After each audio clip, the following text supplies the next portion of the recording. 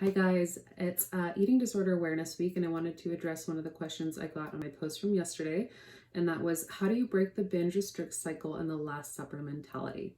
So that means basically you are restricting and then therefore binging. The Last Supper mentality is this idea that I'm going to have everything I can tonight. I'm going to indulge in all the bad stuff so that tomorrow I'll start again fresh and be healthy. So this is not only super common in those struggling with eating disorders in recovery, but also anyone who's a part of diet culture, and that's pretty much all of us.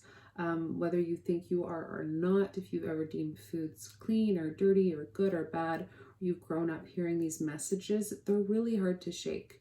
And they can create these patterns of under and overindulging, under eating, and then overeating. I see it really commonly in women who will not eat enough during the day. They get home at night, they're downing a few glasses of wine, bag of chips, this and that. And that itself is a form of disordered eating. I think we're so inundated with over information. We have so many ideas of what's good for us, what's bad for us, that I see women and men as well going through their day so overwhelmed by what the right food choice is that they just don't eat, and then they overdo it in the evening. So this is hard on your body. You're not fueling yourself properly. Your brain and your body are starving for nourishment. So how do we break this cycle? If you've grown up in it, if you've always done this, how do you break it? So really we need to do a few things. One is rewire your brain. So when we constantly do something, we create a certain neural pathway, we create a habit, and your body and mind anticipate something. So we have to change the habit. How do you do that? So for those of you who don't know, I struggle with something called night eating disorder. And this is kind of the extreme of that, where you're waking up in the middle of the night and eating, and it can be a full-on binge, or it can be just needing to eat something. For me, this was partly physiological and partly just a habit I created. So I personally did hypnotherapy for this. I did a lot of work with the book Brain Over Binge, which I highly recommend, along with the workbook. I actually really like the workbook even better than the book. And the concept here is that you have your animal brain. Your animal brain is the one that is binging. Like, that's the one that just is instinctual. It's going, I'm hungry, let's eat. It's kind of going after it. It's your reptilian brain. And then we have our prefrontal cortex, which is our thinking brain. And your thinking brain actually is the one that gets to decide what you do. So the more we can really get that thinking brain in charge, it can be the one to go, hey, you know what? That binge is actually going to make me feel horrible. I don't think that's the best decision for me. And I can stop it and eventually break the pattern. And like any form of addiction, you really have to break the pattern and stop it completely so that you can break that habit, break that need and that anticipation. So what I've learned is through the workbook, what I found especially helpful with that was really getting clear with your logical brain why you wanted to break the habit. Like, you have to really, really want to stop a bad habit for it to stop.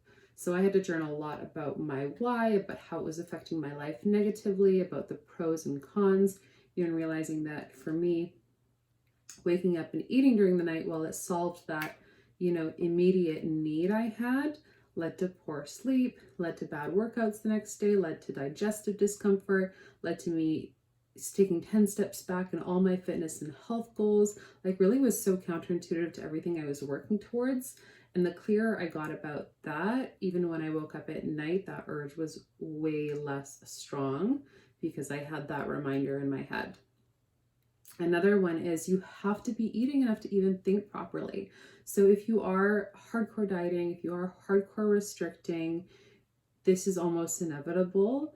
You need to really get out of that diet mentality to include all foods. Realize there are no bad foods, that yes, we do need to nourish with mostly good whole foods because they have all the properties we literally need to function. But no food is bad. It's just some things we're going to have less often because they're not going to be as helpful for us. They're not going to make us feel as good. Again, that's where that logical brain comes in, but we're not deeming things off limits. So for me, in my personal experience, for a long time, macros was great for that because I could work in foods I loved while making, nutrition still at the forefront. And as you guys saw my post today, I've decided to go that next level and go fully into intuitive eating because I really want to go that next level and just trusting my body and working with that.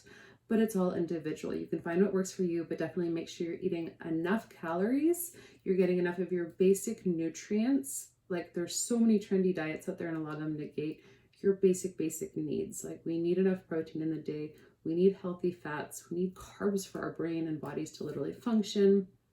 So make sure you're getting that and all your nutrients. Work with a professional, a nutritionist, a naturopath, whatever you needed if you feel like you're missing something or something's off balance, because their nutrition affects our mental health so much too. And the last thing was take the magic away from food. So we do that by taking away restriction, by allowing yourself to have foods that you may have deemed, something that you would binge on or not be able to have in the house. This might take time. You might have stages where you do binge on this. Peach and I talked about this in my podcast with her, which you should totally listen to, the Baby Gains podcast. But she talked about, when she was recovering from her eating disorder, needing to allow herself these binges where she did eat all the cookies and she did have these things. And it wasn't until she did that she could realize that they're only food. And I've done the same thing.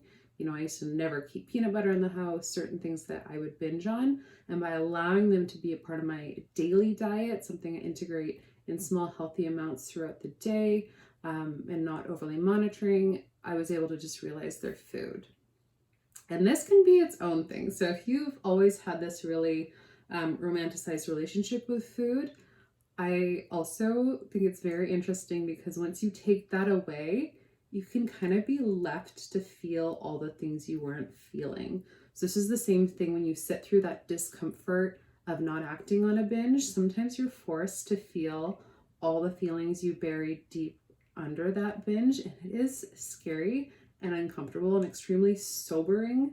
I have found this whole process, like sobering is the best word I can use, where I've taken away things that I used to use in place of feeling emotions and acknowledging things from the past.